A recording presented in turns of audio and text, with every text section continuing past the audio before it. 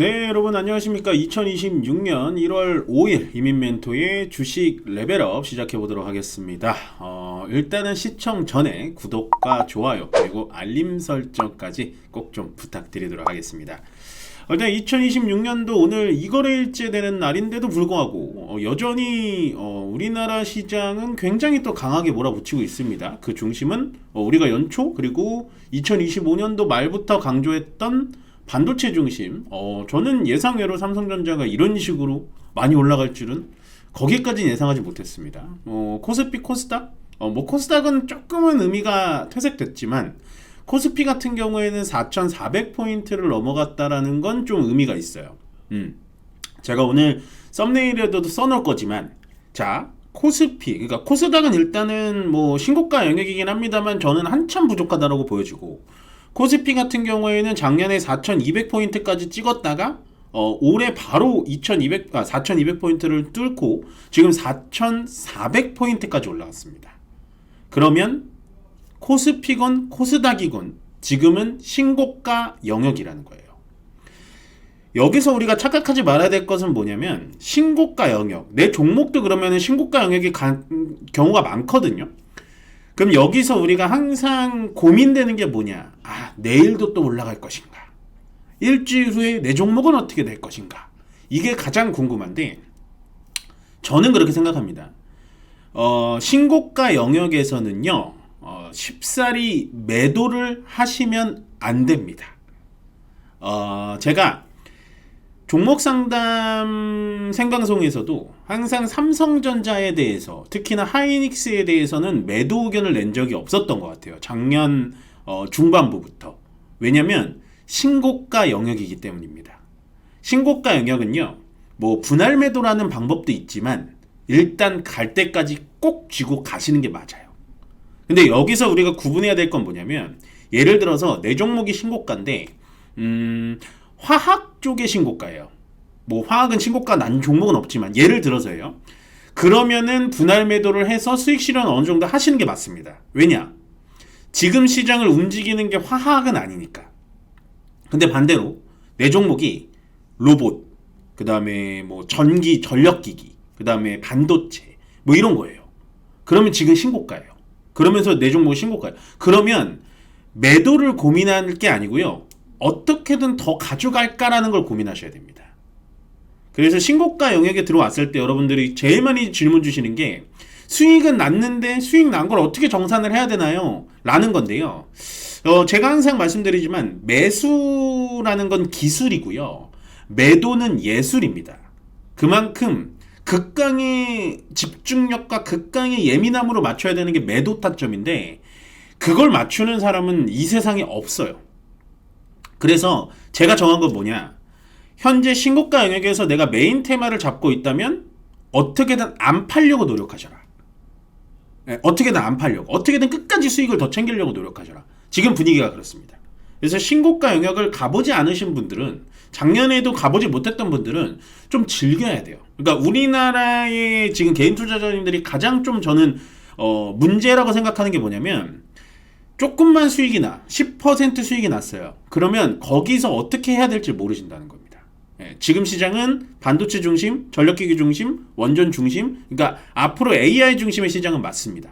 그렇기 때문에 매도를 고민하는 게 아니라 어떻게 조금 더 가지고 있을까를 고민하시는 게 맞다라는 거예요. 저는 오늘 이 제 한마디가 여러분들의 가슴을 좀 울리지 않았을까라는 생각을 해요.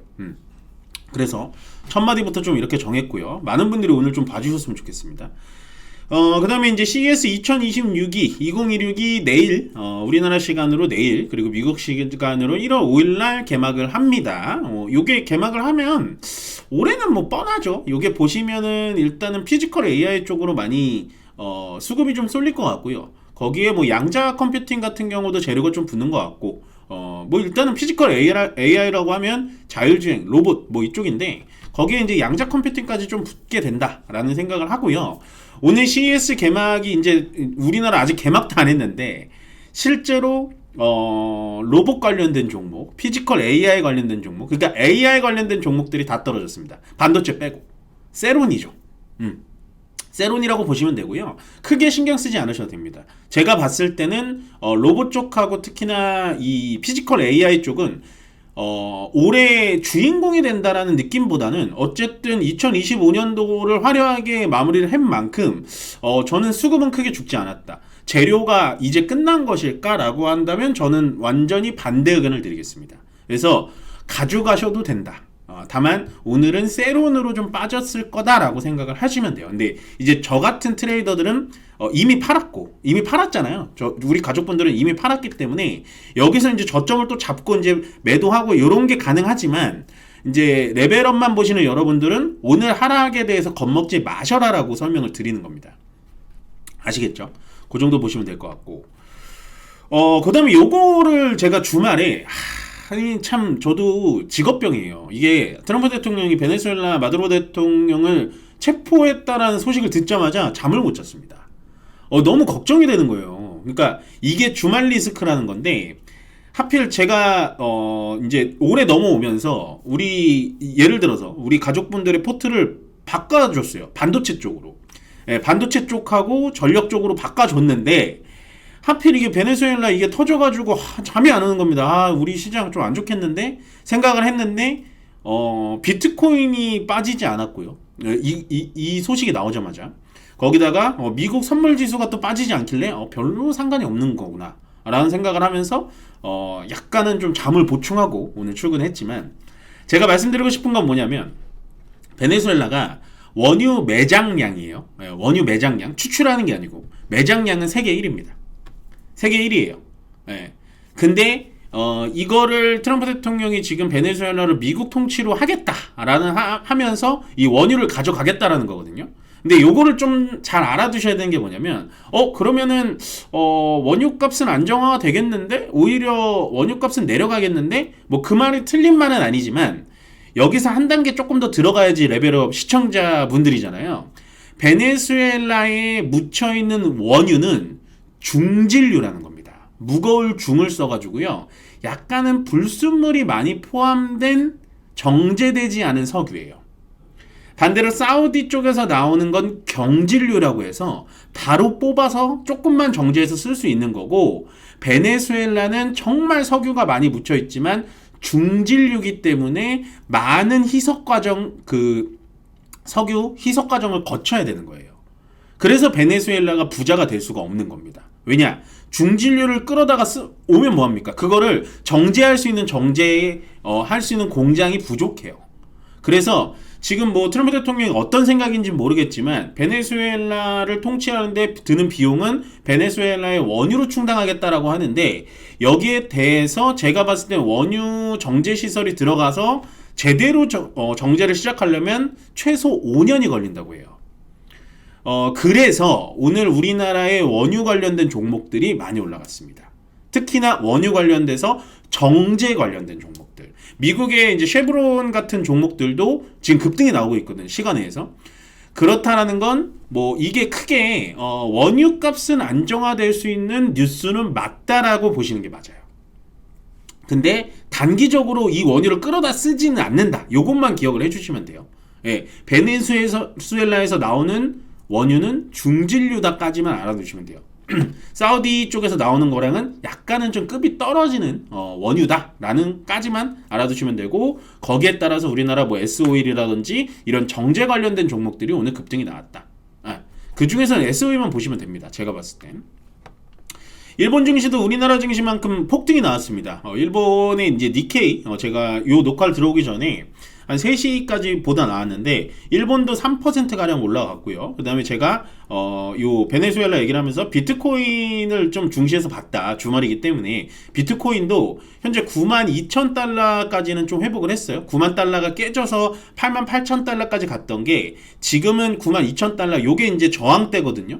요게 뚫리면 10만 달러까지도 갈 수 있습니다. 이게 비트코인이 제가 왜 자꾸 집중을 하냐면 나스닥 좋았고요. S&P 500 좋았고요. 일본 니케이 당연히 좋았고요. 우리나라 당연히 세계에서 가장 좋았습니다. 거기다가 금값 폭등, 은값 폭등, 구리값까지 폭등했는데 비트코인만 떨어졌어요. 그렇다는 건 비트코인이 다시 올라올 수 있는 매개차는 있구나라고 힌트 받아가시면 됩니다. 그래서 비트코인이 9만 달러 회복해서 지금 저항대까지 왔다라는 건 좀 의미가 있어요. 요거는 힌트로 좀 말씀드립니다.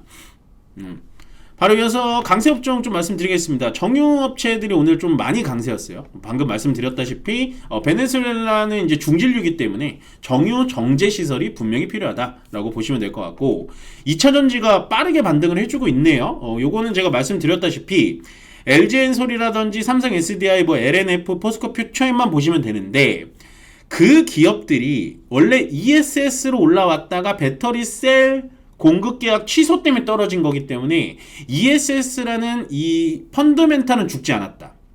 그래서 2차 전지는 추가 매수할 타이밍은 아닙니다만 도망갈 타이밍도 아니다라고 말씀드렸어요. 물론 제 예상보다 오늘 빠르게 반등이 나오긴 했습니다만 아직까지도 관망은 하셔라. 근데 관심 종목엔 들어가는 게 맞습니다. 2차 전지 저는 좋게 생각하고요.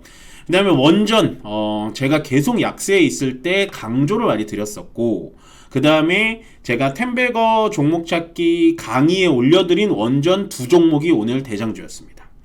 예, 요거는 하루라도 빨리 가입하셔가지고 여러분들 들으셔라라고 많이 강조드리고 있습니다. 그 다음에 전선과 전력기기도 계속 내내 약세 업종이 있었는데 이것도 마찬가지로 오늘 대장주였어요. 제가 두 종목 찍은 게 종목은 말씀드릴 수 없습니다. 그래서 제가 8테마를 나누는 이유가 있어요. 8테마 중에 정유 이런 건 없잖아요. 2차 전지 있고 원전 있고 전력 전선기기 있기 때문에 이 종목을 올해만 가져가셔가지고 연말까지 성적표를 보시면 절대로 실패할 수가 없어요. 예, 그 정도의 투자는 하셔야 여러분들도 민멘토가 종목을 이렇게 골라서 이렇게 하는구나. 뭐 저의 트레이딩, 뭐 저점에 사서 고점에 팔 그런 것까지는 보여드릴 수는 없지만 라이브가 아니기 때문에 그렇지만 제가 템베거 나올 종목들을 제대로 선정해서 가고 있구나. 올해 굉장히 기운이 좋습니다. 종목들이 꽤 괜찮게 올라가고 있어요.